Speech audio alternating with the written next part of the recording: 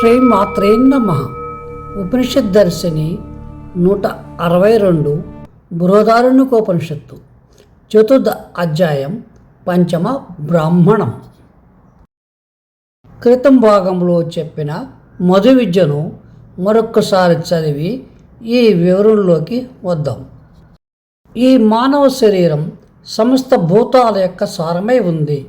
దేహేంద్రియాది సముదాయంలో తేజోమయుడు అమృతమయుడైన జీవాత్మ ఆ పరమాత్మ స్వరూపమే. ఆ విజ్ఞానంతో కూడిన ఆత్మయే పంచభూతాలకు అధిపతి అవుతోంది.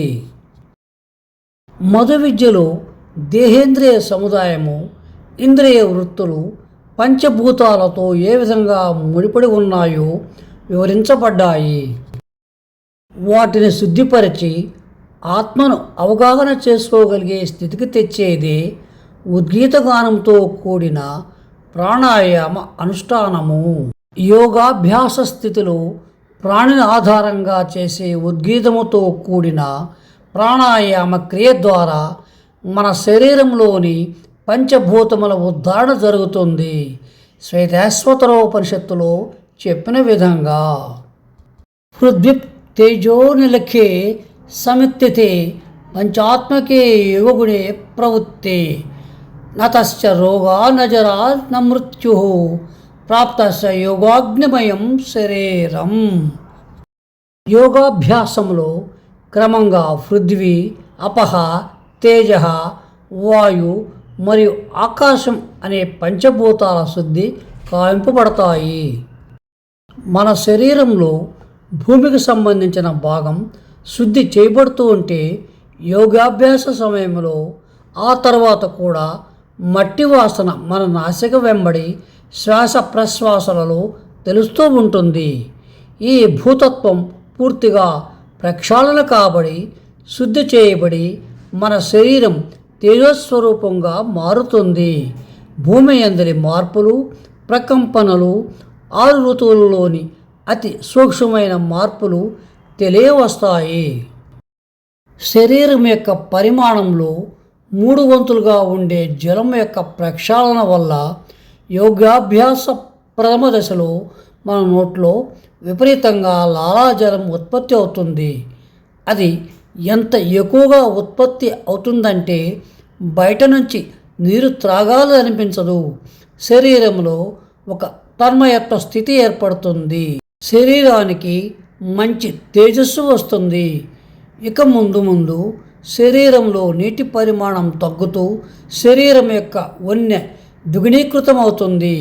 భూగర్భ జల సమాచారం, మేఘాలు, వర్షాల ప్రభావం చాలా సునిశ్చితంగా అర్థమవటం మొదలవుతుంది. రేతస్సు శుద్ధి అవుతుంది. సత్సంతానానికి నాంది పలుకుతుంది. అహం వైశ్వానరో భూత్వా ప్రాణినాం దేహమాశ్రితః. అగ్నికి సంబంధించిన శుద్ధితో శరీరం తేజోమయమవుతుంది. వాక్శుద్ధి జరిగి వాంగ్మయుడుగా మారుతాడు.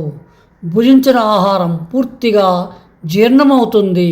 రేతస్సు భస్మీపటలం చేయబడి రేతస్సు ఓజస్సుగాను, ఓజస్సు తేజస్సుగాను మారుతుంది. నేత్రదృష్టి తీక్షణంగాను, అత్యంత ఆకర్షణీయంగాను మారుతుంది. ప్రకృతిలోని సహజమైన రంగులు, అందాలు కన్నుల విందు చేస్తాయి. శరీరం చుట్టూ ఏర్పడే విద్యుత్ వలయాల శక్తి ఉద్ధృతమవుతుంది. చర్మములో విశేషమైన కాంతి ఉత్పన్నమవుతుంది. చర్మం నుంచి మంచి సుగంధభరితమైన వాసనలు వెలువడుతుంది. దృఢమైన మానసిక శక్తి ఏర్పడుతుంది. ఇతరుల మనస్సులోని భావాలు తెలుస్తాయి. వారి విద్యుత్ వలయాల పరిధిలోకి చేరిన వారి మానసిక రుగ్మతలు, సంఘర్షణలు అంతమై మనసులు కుదుటపడతాయి. శారీరక రుగ్మతలు కూడా సరి అవుతాయి.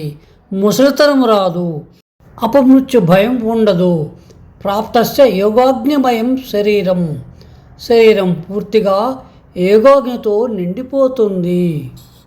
పంచభూతాలలో 4వదైన వాయువు శుద్ధి కావడం ద్వారా ప్రాణశక్తి ఉధృతంగా పెరుగుతుంది. వాయువు శుద్ధి అయిన యోగాభ్యాసి యొక్క ఉచ్ఛ్వాస నిశ్వాసాల వల్ల వాయుమండలమే శుద్ధి అవుతుంది. వాయు సర్వత్రగో మహాన్.